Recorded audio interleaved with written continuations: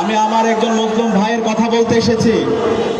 গত ফ্যাসিবাদী আমলে যিনি সবচেয়ে বেশি জুলুমের শিকার হয়েছে, যখন বাংলাদেশে শাহবাগ কায়েম করার মাধ্যমে এই দেশের আলেম ওলামাদেরকে হত্যাযোগ্য করে রাখা হয়েছিল, সেই সময় আল্লামা মামুনুল হক বাংলার জমিনে আধিপত্যবাদের বিরুদ্ধে, আগ্রাসনের বিরুদ্ধে সাপ্লাই তিনি যে গণজাগরণের ডাক দিয়েছিল, সেই গণজাগরণের ভিত্তি করে আজকে আমাদের আজাদী এসেছে।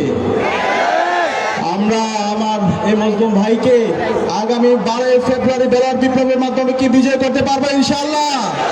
ইনশাআল্লাহ ইতিমধ্যে বাংলাদেশের তরুণ ইনসাফের পক্ষে অবস্থান নিয়েছে। 5টি ছাত্র সংসদ নির্বাচন হয়েছে।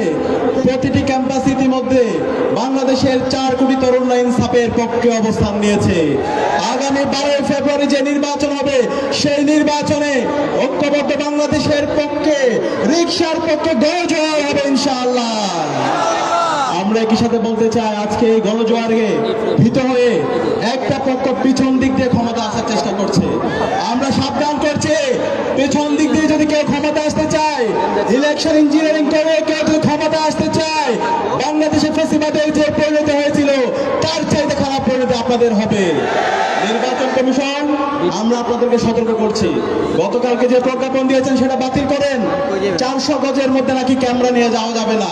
আরে ভাই, এটা কি গুপ্তধন নাকি? দ্রুত সময়ের মধ্যে এই অগণতান্ত্রিক এবং স্বৈরতান্ত্রিক সিদ্ধান্ত বাতিল করতে হবে। আমরা সবাই নির্বাচন নিয়ে আমরা সেন্টারে যাব, ছবি তুলবো, ঈদের মতো আনন্দ করবো। আমরা কি পারবো? আমরা যারা 4 কোটি তরুণরা আছি, প্রত্যেক তরুণকে ওয়াজডকের ভূমিকা পালন করতে হবে।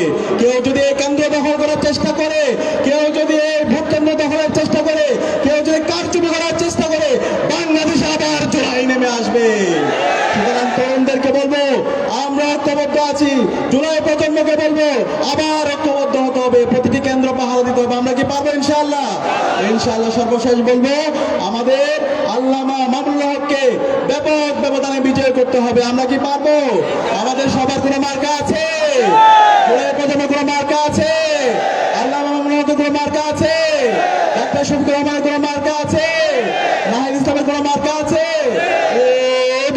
সেই মার্কা একসাথে 12 তারিখ সারা বেলা জিতবে। এবার সবার সেরা সিলমারো ভাই, সিলমারো 12 তারিখ সারা দিন।